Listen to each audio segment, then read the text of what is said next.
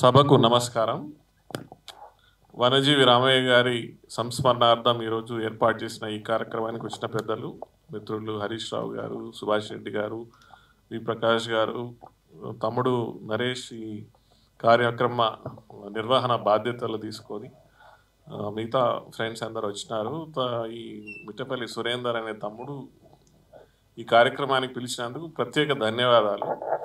నా సెలవు రోజును ఈ ఇంతటి మంచి కార్యక్రమానికి ఉపయోగించుకునేలా చేసినందుకు. అదేవిధంగా చెట్లు, మొక్కలు, వనము, వనజీవనం అంటే ప్రేమతో మీరందరూ ఈ కార్యక్రమానికి రావడం, ఈ సభ నిండి ఉండడం చాలా అద్భుతంగా ఉన్నది. నేను మధ్యప్రదేశ్ క్యాడర్ ఐఏఎస్ ఆఫీసర్ని. మా మధ్యప్రదేశ్లో భూభాగంలో సుమారు 35 నుంచి 40% ఫారెస్ట్ ఏరియా ఉంటుంది. అయితే మేము ఫారెస్ట్ మధ్యప్రదేశ్లో అంటే నేను సివ్నీ అనే జిల్లా కలెక్టర్గా చేసినాను. అక్కడ పెంచ్ నేషనల్ పార్క్, ఇందాక మీరు కానా నేషనల్ పార్క్ చెప్తున్నారు. సింగ్రౌలి అనే జిల్లా కలెక్టర్గా ఉంటే అక్కడ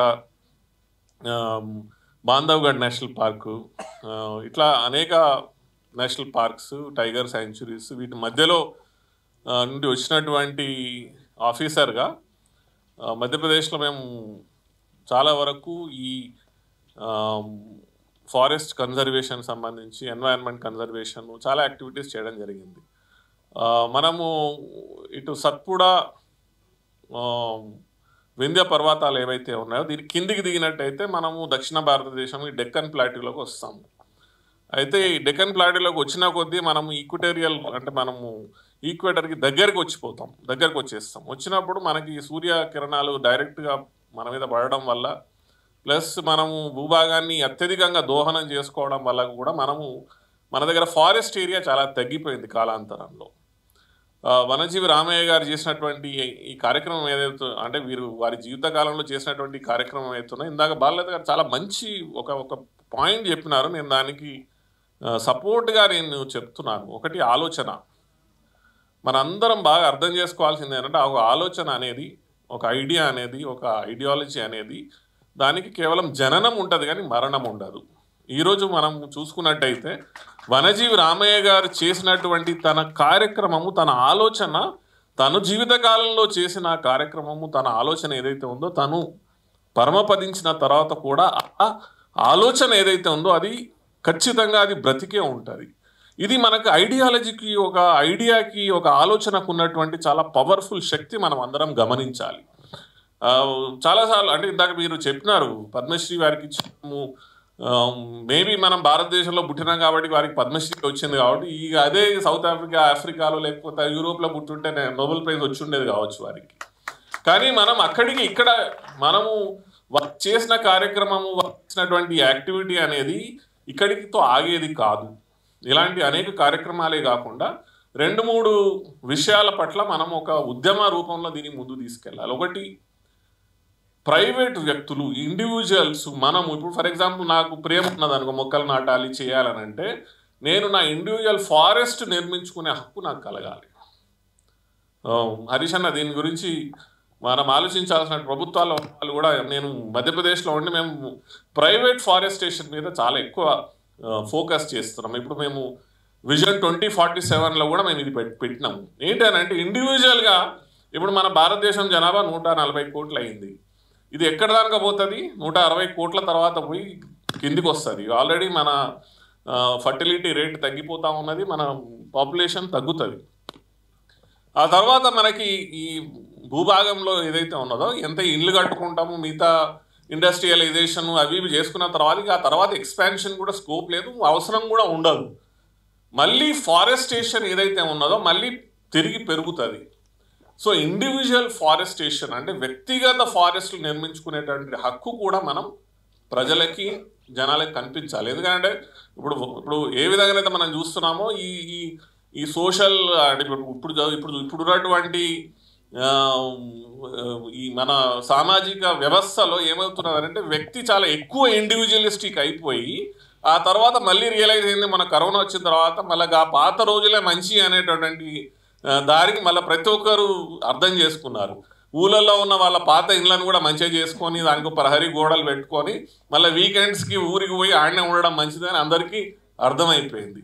ఈ తర్వాత నెక్స్ట్ లెవెల్ ఏంటి, మన ఈ సిటీలో ఉండే వాళ్ళంతా అవుట్స్కట్స్కి వెళ్ళిపోతారు. ఇప్పుడు ఆల్రెడీ అవుటర్ రింగ్ రోడ్ దగ్గరికి వచ్చిండ్రు, ఆ తర్వాత రీజనల్ రింగ్ రోడ్ దగ్గరికి పోతారు. అంతా పోయి ఆడ ల్యాండ్లు కొనుక్కొని ఆడ ఇండివిజువల్ హౌసెస్ పెట్టుకొని ఆ తర్వాత అవసరం ఉంటేనే సిటీకి వస్తారు, లేకపోతే ఆడ నుంచే వర్క్ ఫ్రమ్ హోమా లేకపోతే ఇంకేదో చేసుకుంటారు.